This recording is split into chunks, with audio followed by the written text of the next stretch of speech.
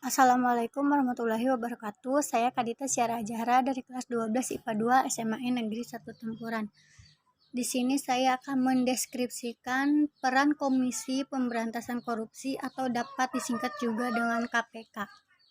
Pengertian KPK itu tersendiri yaitu lembaga negara yang bersifat independen yang dalam melaksanakan tugas dan wewenang bebas dari kekuasaan manapun, yang bertujuan untuk mengatasi, menanggulangi, dan memberantas korupsi.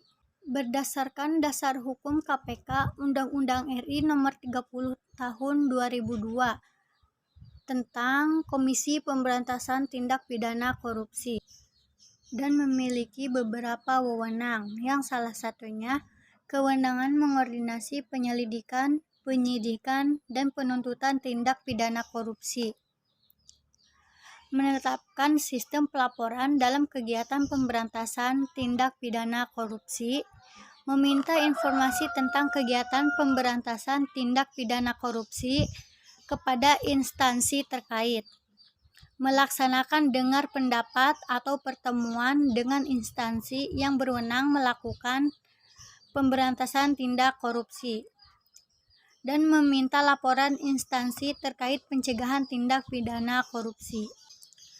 Kemudian, KPK bertugas melakukan tindakan-tindakan pencegahan tindak pidana korupsi, koordinasi dengan instansi yang berwenang melakukan pemberantasan tindak pidana korupsi, supervisi terhadap instansi yang berwenang melakukan pemberantasan tindak pidana korupsi, melakukan penyelidikan, penyidikan, dan penutupan terhadap tindak pidana korupsi.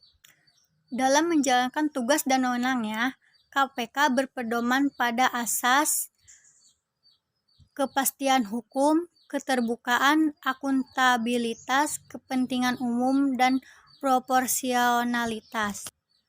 Kapasitas hukum itu yakni asas dalam negara hukum yang mengutamakan landasan peraturan perundang-undangan, kepatutan, dan keadilan dalam setiap kebijakan menjalankan tugas dan wewenang KPK. Dan keterbukaan, yakni asas yang membuka diri terhadap hak masyarakat untuk memperoleh informasi yang benar, jujur, dan tidak diskriminatif tentang kinerja KPK dalam menjalankan tugas dan fungsinya. Akuntabilitas merupakan asas yang menentukan bahwa setiap kegiatan dan hasil akhir kegiatan KPK harus dapat dipertanggungjawabkan kepada masyarakat atau rakyat sebagai pemegang kedaulatan tertinggi negara sesuai dengan peraturan perundang-undangan yang berlaku. Kepentingan umum merupakan asas yang mendahulukan kesejahteraan umum dengan cara yang aspiratif, akomodatif, dan selektif. Proporsionalitas yakni asas yang mengutamakan keseimbangan antara tugas, wewenang, tanggung jawab, dan kewajiban KPK.